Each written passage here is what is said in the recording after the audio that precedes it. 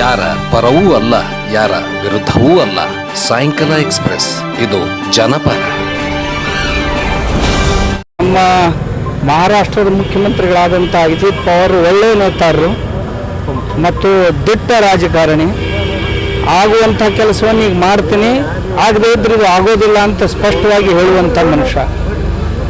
ಆಕಸ್ಮಿಕವಾಗಿ ನಿನ್ನಿನ ದಿವಸ ವಿಮಾನ ಅಪಘಾತದಲ್ಲಿ ಅವ್ರ ನಿಧನ ಆಯಿತು.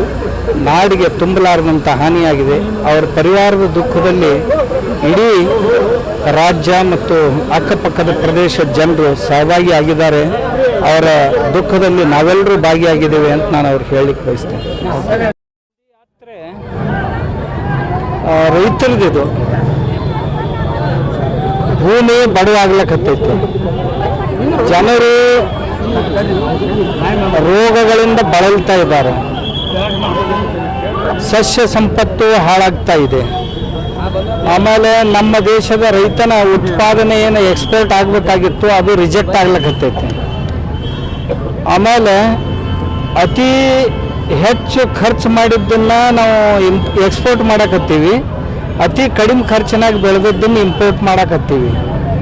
ಈ ಎಲ್ಲವಕ್ಕೂ ಒಂದು ಒಳ್ಳೆಯ ಉಪಾಯ ಏನು ಅಂದ್ರೆ ನಂದಿ. ರೈತನ ಮನೆಯೊಳಗೆ ಮತ್ತೆ ಹೊಳ್ಳಿ ಎಲ್ಲಿ ಎತ್ಕೊಂಡು ಬರುವುದಿಲ್ಲ, ಅಲ್ಲಿ ತನಕ ರೈತನ ಹೊಲ ಸುಧಾರಣೆ ಆಗೋದಿಲ್ಲ. ರೈತನ ಹೊಲ ಸುಧಾರಣೆ ಆಗಲಾರ್ದ ಅನ್ನ ವಿಷಮುಕ್ತ ಆಗೋದಿಲ್ಲ. ವಿಷಮುಕ್ತ ಅನ್ನ ಬರಲಾರ್ದ ನಮ್ಮ ಎಲ್ಲ ಯುವ ಪೀಳಿಗೆ ಅಥವಾ ಇಡೀ ದೇಶದ ಜನರ ಹೆಲ್ತ್ ಸರಿ ಆಗ್ಲಿಕ್ಕೆ ಸಾಧ್ಯ ಇಲ್ಲ. ಆದ್ದರಿಂದ ಇಂತಹ ಒಂದು ದಿವ್ಯ ಕಾರ್ಯಕ್ಕೆ ದೇಶವನ್ನು ಒಂದು ಅರ್ಥದಲ್ಲಿ ಮರಳಿ ಕಟ್ಟುವಂಥ ಕೆಲಸ ಇದು. ದೇಶದ ಪುನರ್ನಿರ್ಮಾಣದ ಕೆಲಸ ಇದನ್ನು ರೈತನೇ ಮಾಡಬೇಕಾಗಿದೆ. ಆದರೆ ಆ ರೈತನಿಗೆ ಸಮಾಜ ಸಪೋರ್ಟ್ ಮಾಡಬೇಕಾಗಿದೆ. ಬೆಲೆ ದೃಷ್ಟಿಯಿಂದಾಗಲಿ ಸರ್ಕಾರದ ದೃಷ್ಟಿಯಿಂದಾಗಲಿ ಇವತ್ತು ಎತ್ತುಗಳನ್ನು ಕಟ್ಟೋದು ಅವನಿಗೆ ಕಷ್ಟ ಆಗಿ ಎಲ್ಲ ಎತ್ತುಗಳನ್ನು ತೆಗಿತಾ ಇದ್ದಾನೆ.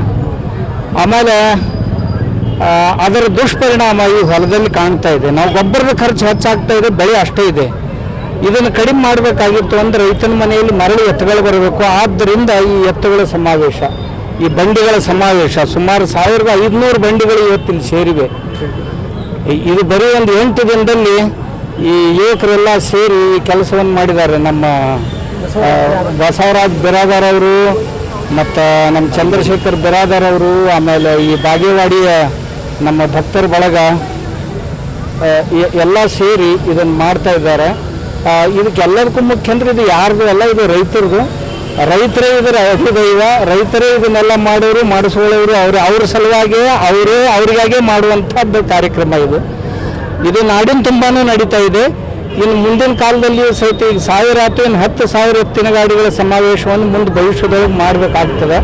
ಆವಾಗ ಸರ್ಕಾರಕ್ಕೆ ಸ್ವಲ್ಪ ಕಣ್ಣು ತೆಗೆದು ಅಂಥ ಪರಿಸ್ಥಿತಿ ಬರ್ತದೆ. ಬಂತು ಅಂದರೆ ರೈತನ ಕಡೆ ನೋಡುವಂತಹ ದೃಷ್ಟಿ ಬದಲಾಗಬೇಕು.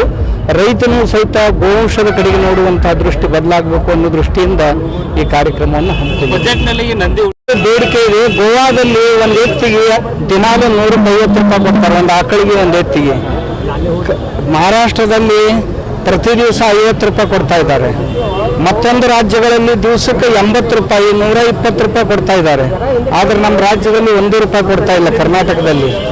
ಆದ್ದರಿಂದ ಕರ್ನಾಟಕ ಸರ್ಕಾರಕ್ಕೆ, ಅದು ಸರ್ಕಾರ ಯಾವುದೇ ಪಕ್ಷದ್ದಿರಲಿ, ಅವರಿಗೆ ರೈತರ ಪರವಾಗಿ, ನಮ್ಮ ಸ್ವಾಮಿಗಳ ಪರವಾಗಿ ನಮ್ಮ ಪ್ರಾರ್ಥನೆ ಏನು ಅಂದ್ರೆ, ನಮ್ಮ ರೈತನ ಈ ಎತ್ತುಗಳಿಗೆ ತಾವು ಅನುದಾನ ಕೊಡಬೇಕು ಅಂತ.